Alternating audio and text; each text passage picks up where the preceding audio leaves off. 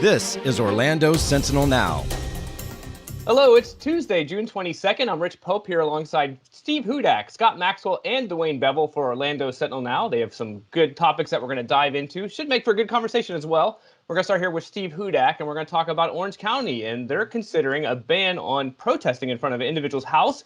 You did an article about how it looks flawed, maybe potentially unconstitutional. What's happening? First of all, this proposed ordinance sort of popped up 2 weeks ago at a commission meeting. It was on the agenda. It was a long agenda. It was very near the end. And it was suggested by Sheriff John Mina. And what he was referencing was something that happened over a year ago when George Floyd was killed in Minnesota. The police officer who was accused of kneeling on George Floyd's neck and killing him, which was later he was later convicted of. His name was Derek Chauvin, and he and his wife owned a vacation home near Windermere. And when George Floyd died, there was outrage all over the nation, and people got word that he owned property here in Orange County, and large groups of protesters showed up in the neighborhood, and they protested outside his home. He wasn't there. Nobody was there. The sheriff sent like 40 deputies over a series of days, thinking there might be unrest. The protests were largely peaceful. John Mina said that the sheriff said he was surprised he couldn't move the protesters from the house. They were on the sidewalk. They were in a public place where protest is allowed. But in Orlando and Winter Park and many other cities across the United States, there's a ban on targeted residential picketing. The idea is that your home, it's the place of refuge. You know, you shouldn't have to lay down at night and hear people chanting out back or out front, whatever it might be. Because this tactic of protesting in front of somebody's home, this started years ago, and it's most often with anti-abortion protesters who go to a doctor's house or a doctor who performs abortions, or nurses or clinic staff, and protest there. Winter Park has one, has an ordinance. Orlando, the city of Orlando has one. And so the sheriff just assumed Orange County had one, and it doesn't. So he brought it to Mayor Demings, of course, has been the sheriff and the police chief, and asked them to do it. And let's touch on the unconstitutional part of it. Like, you spoke with someone that mentioned that there may be issues of it being overreach. Yeah, the person I reached out to is a professor, a law professor at UCLA. He also was a law clerk for Supreme Court Justice Sandra Day O'Connor, who wrote one of the opinions in a case often cited by both sides in these debates about the residential picketing.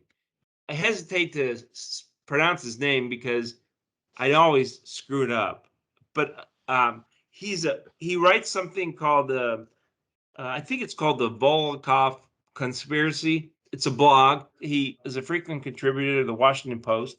He also is a frequent contributor to Reason magazine, and he's written about these picketing ordinances several times. And basically he says what the problem is here is that you can ban residential picketing, targeted residential picketing, but there are two big things that you can't do. One, you can't ban it based on content of the speech.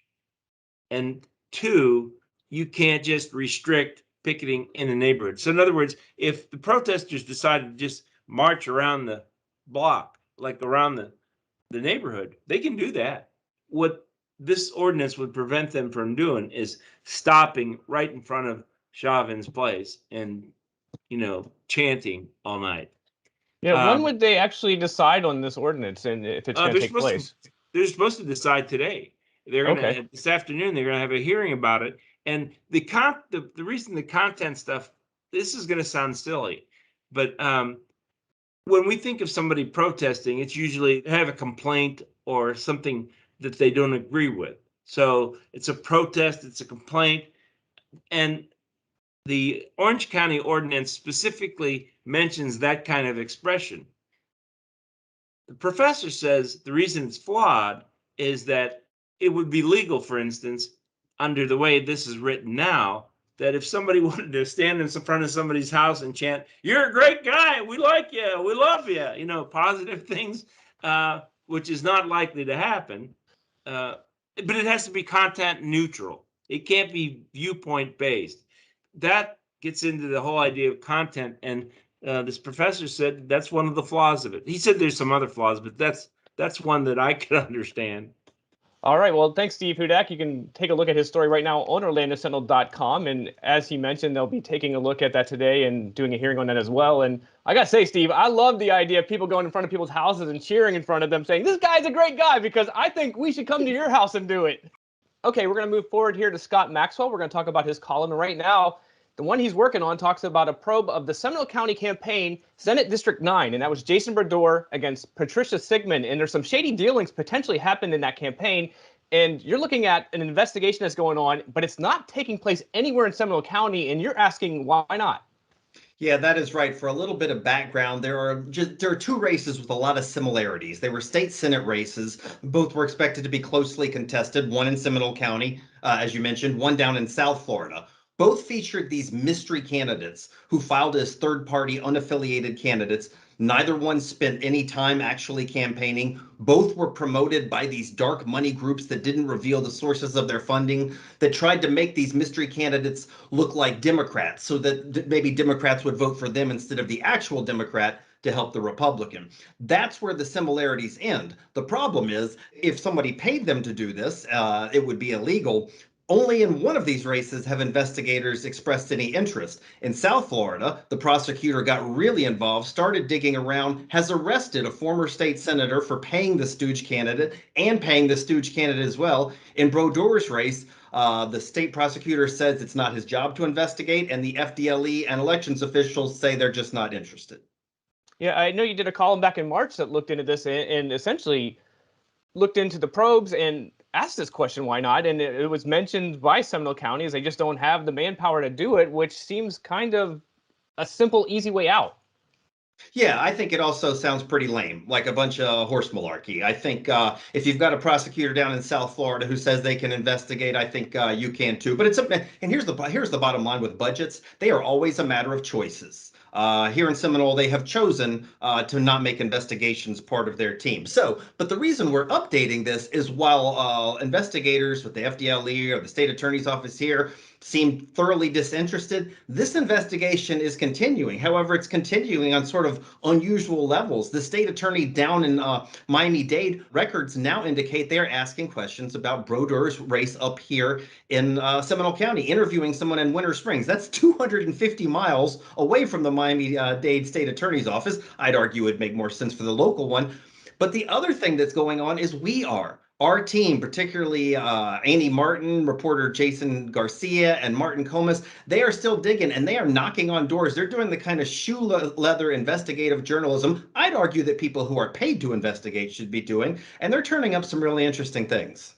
Yeah, as this investigation happens down south, you figure that these veins and these areas that seem to trickle their way up here, that they would get enough attention that, hey, we do need to look at this. And one would hope and one would think that it would ultimately lead into that.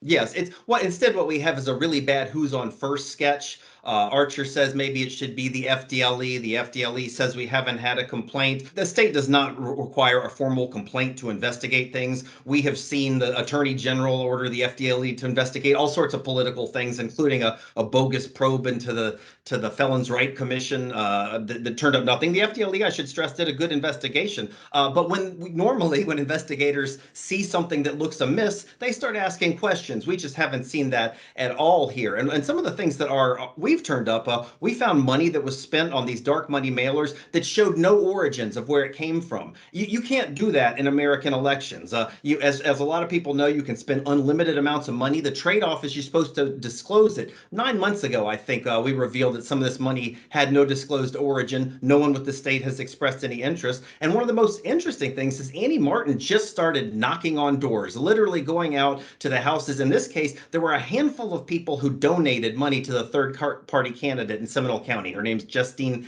Iannotti. And Annie just wanted to ask a question. Why did you cut a check to someone who wasn't actually campaigning for this office? One of the people who answered the door said, I didn't cut a check.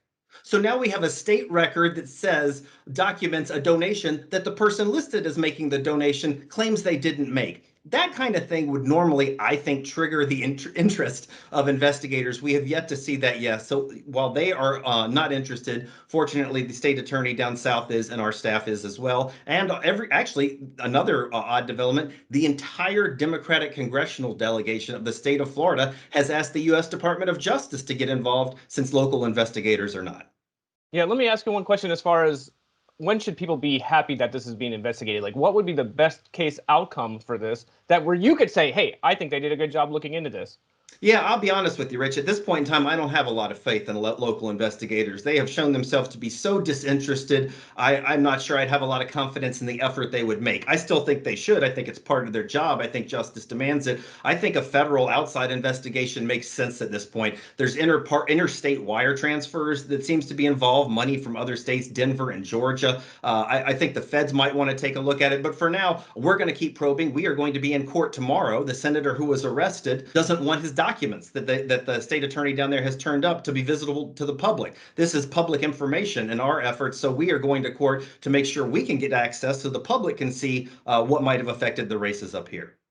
Yeah, good one there, Scott Maxwell. And as you mentioned, good work by our colleagues. Definitely check out their articles right now on OrlandoSentinel.com and the upcoming ones. We're moving forward here to Dwayne Bevel. So Dwayne, Disney released some information about how they're going to celebrate the Big 5-0, Disney World's 50th anniversary. What's going on with that one? So just this morning, they've given us more details about how they're going to celebrate. And some of this we kind of knew, but now we have more firm dates on it. And basically, it all revolves around October 1st, which is the actual anniversary, which kicks off the 18-month celebration. And on that date, many things will happen, but we'll have 2 new fireworks shows and a daytime show that are added to the lineup. At Magic Kingdom, we'll have Disney Enchantment. So there'll be fireworks, there'll be lighting, they're a little vague on it, it'll be magical, you know. But an example they're giving is that some of the projections and the lighting will, you know, which generally are centered on Cinderella Castle. The lighting effect will move up the street, like up Main Street, which is something they've sort of done in Disneyland a little bit, but and the rendering looks quite golden, is what I would say. And I think that will be recurring. The show we already knew about called Harmonious, which has been in the works for a while at Epcot, it's also going to debut on October 1st, which is not only Disney World's birthday, it's Epcot's birthday. And this show is of interest because they keep adding barges onto the lagoon that are big and black. And now there's some renderings of them doing something. It's like their water fountain, things projected on them, things like that. And then at Disney's Animal Kingdom, they're going to have a daytime show called Disney Kite Tales in the amphitheater where Rivers of Light was. And, you know, there's puppetry and things going on the water is kind of the show-based things that get fans excited. I love that I get a chance to say this again because we talked about the castle being prepared and the jabot and swag being put in place.